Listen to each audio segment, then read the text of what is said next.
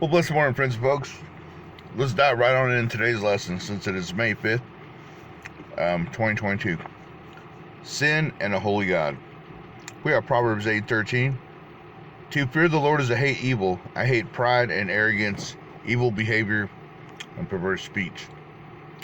And we have a quote from Jeremy Taylor. No sin is small. Get a good breath. And this is in word.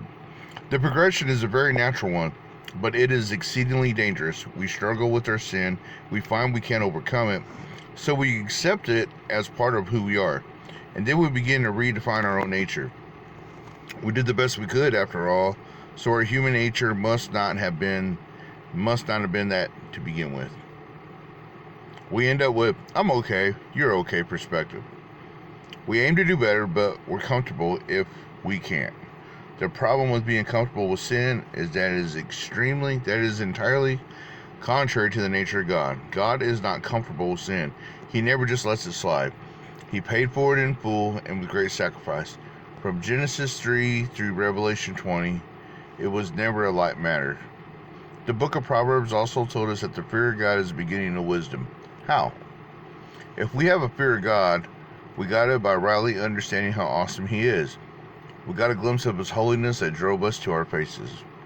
We understood our need to plead for a reconciliation with an offended Creator.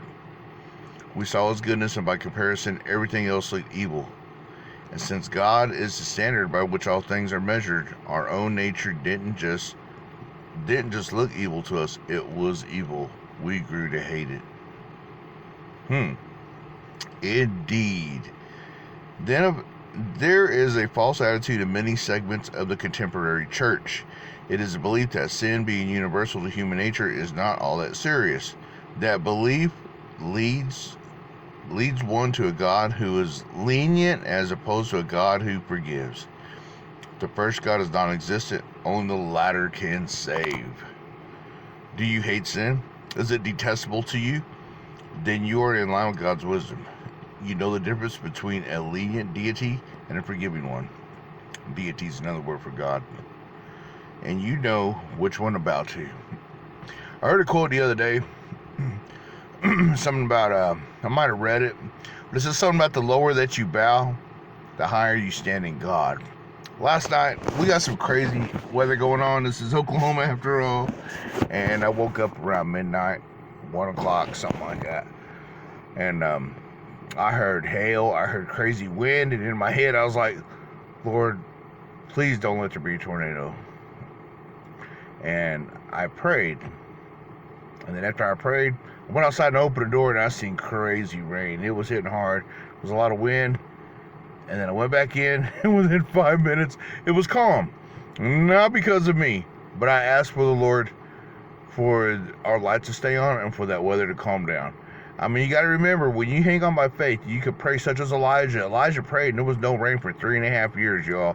Elijah prayed again, and rain came. And this was in a time where rain was pretty much non-existent because the earth was so awesomely formed in the Lord's hands that there was a nice dew that came on the grass and the crops every morning. Didn't need rain. Pretty crazy. Well, this was after Noah's Ark. But it is what it is. You get the explanation, right? So, God hates the sin. He hates the sin. He doesn't hate the sinner. And this is why, homosexuals, they have such a hard problem with the Lord. And some will still be gay and think that they can praise the Lord. They think they can lead churches, and it just isn't so. Hell is hot. Hell is forever. And I pray, as far as that goes, I'm just going to say it straight. You're supposed to be fruitful, multiply the earth, and that's why homosexuality is wrong. It doesn't mean that we go around and bash them out and be mean to them or kill them or anything like that. They don't deserve violence. What they deserve is a loving God to take them out of that sin and to lead them right. They can either be, they can be by themselves, or they can be with a woman. And the same with the woman needs to be with the man. That's simple. So I like about the Bible. It's simple. And what is sin? Sin means missing the mark. But when you hit the mark, you're right on track with God. And that is by having fear. A fear of Him only, not a fear of man. So in God, take your stand.